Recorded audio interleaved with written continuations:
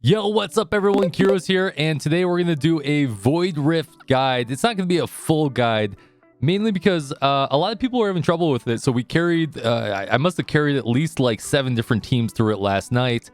So I'm going to give you some of the tips and tricks just so you guys know exactly what you're doing, some of the things you should be doing, and just how you generally do it. And then I'm going to show you some of our kills where Papa Kyrios laid down a ton of damage. So if you want to get carried and come on through, you need some help, come over to Solaris, the server we're on. And if you guys can, hit that like and subscribe. Check out the Tower of Fantasy playlist, and I'll see you in there. All right, first things first, let's talk team composition.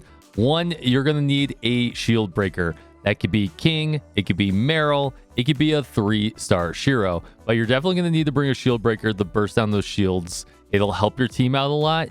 And make sure everyone on the team bring ones. You can't really affect matchmaking, but you need to bring one. All right, next up, you do have a healer you should bring, or bring a lot of food. Now that healer could be Coco, Nemesis, or a 1-star Zero. And by the way, I'm not putting the SRs on this list, but you could sub in the Hammer Girl. You could sub in Pepper for healing, yada, yada, yada. So sub in the SRs as you need to. And finally, you're just going to want to pay attention to those vulnerabilities. If you can, bring a lot of frost damage in this example. But as long as it doesn't say resistant to like frost damage or fire or anything like that, as long as you don't bring a weapon that does 50% less damage, you guys are okay to bring any amount of DPS you want. All right, second little tip, buffs are insanely important. Now, these buffs can be found by finding enemies that have like a triangle above their head, or these triangles laying on the ground. All you want to do is pick them up, or you want to kill the enemies real quick to be able to pick them up. They're very important, and ideally everyone in your party gets about 12 of them.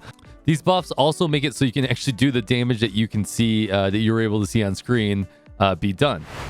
All right, you can also click the buff button at the bottom of the screen. That's a mouthful to say right there, and it'll tell you what buffs you currently have. And the best part is that, say for example you're running Volt and Fire, you might pick up some Frost attack. You don't actually want that. You can transfer to a different teammate who's actually running that element, or you can transfer off things that you don't actually need. Maybe you're not healing as hard.